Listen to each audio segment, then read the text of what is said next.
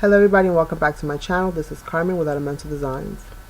Today we're going to be creating a different type of spool to store your lace, trims, and ribbons. For this design, I'm going to be using some cardstock, which I'm going to fold into two. I'm going to fold in half. This is an 8.5 by 11 piece of cardstock. I'm going to be using this pair of scissors because I really do like the shape that it has. And this is what I'm going to be using as the template and the design to more or less, spool my laces and my trims. You don't necessarily need to do those two, the inner finger holes for the scissors, because I ended up actually not going for that design. That was my original idea, to do it like a scissor and store them in something that resembled somewhat of a scissor. Sorry. But I actually decided not to go with that design, so I didn't go ahead and cut those things out. I simplified it by just punching out a hole in the center, which is what you see there. And out of 8.5 by 11, depending on how big you want these to be, you could get about 2. So now I'm just going to glue these down. Make sure that they're perfectly aligned with each other. I'm going to glue these down and pretty much stick them together. It's a different way of storing your laces and your trims.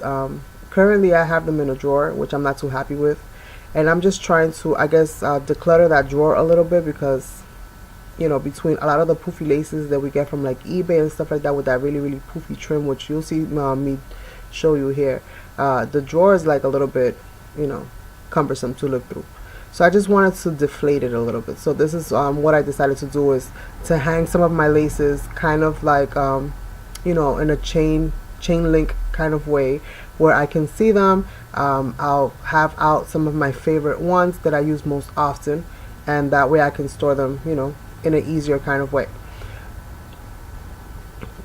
And then pretty much, depending on the size of your trim, as you can see, you have a little piece that's hanging over the bottom, which you can either wrap over or tuck under, which you'll see me doing another one.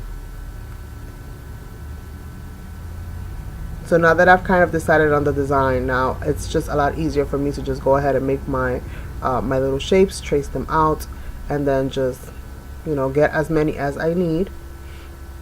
And then to kind of store my laces, to store these spools, if you will, I've got some rings, and pretty much I kind of hook them all, and I can color coordinate them and put all of the ones that are the same color on one ring system, and kind of separate them that way, so I don't have to kind of look through so many different ones to see and kind of sort through what I want when I'm looking for it. And it also makes it a little bit easy to kind of wrap it around. So overall, I hope that this is something that if anybody's interested in doing it, they'll find helpful. Right now I've done a few of them, and it's looking really cute. I will say that it's looking really cute with all the different colors that are kind of poofed out there. But yes, you can actually store, it'll hold the trim from the bottom. On these types of trims, it'll hold them from the bottom, and then you just can put a rubber band or a piece of tape and kind of loop it around, and there you have your laces kind of secure there. It's not going to fall off, and you could just put a rubber band, or you can put something else around it, and know that your trims are not going to be dancing all over the place. And you also don't have to poke holes in them by using needles. I mean, you can if you want to. If that's something you prefer to do, then you can. And what I like about this system as well is that because it's got the hole, I can also add kind of like a little tag that tells me what type of lace it is, if I want to add any special description or information about the specific tag, i.e. was it a gift, did I purchase it, where did I get it, how much did it cost by the yard, whatever the case may be.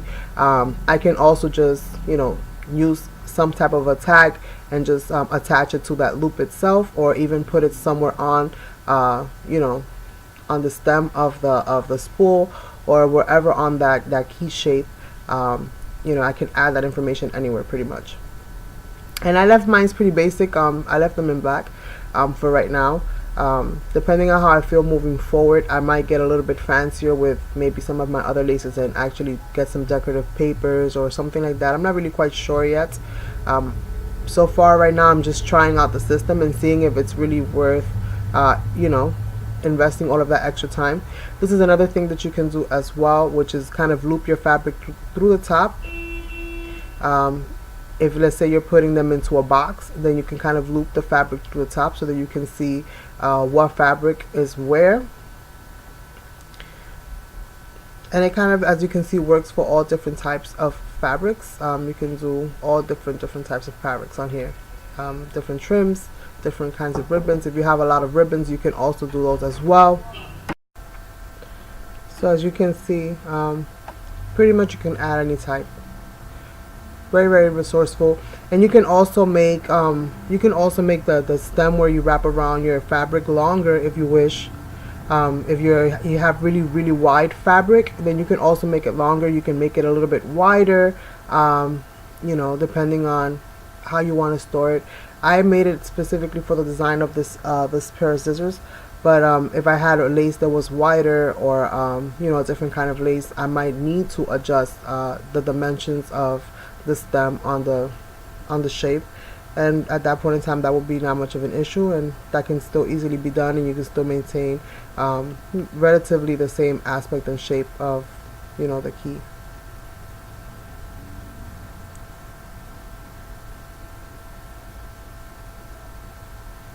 And then what I did is I just tucked it under and in the bottom, which still secures my lace.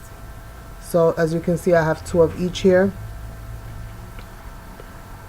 and very simply I just loop together the colors. The ones that are of the same color, I put them all on one ring, and then I just hook all of them onto another ring, and therefore I have more or less a visible assortment of different laces, you know, in various colors. Now, you don't have to do this for all your laces. Obviously, if, you know, you have some really delicate, you know, kinds of laces that you don't necessarily want to do this with, then you don't have to. You can continue to use, you know, your other methods of storing.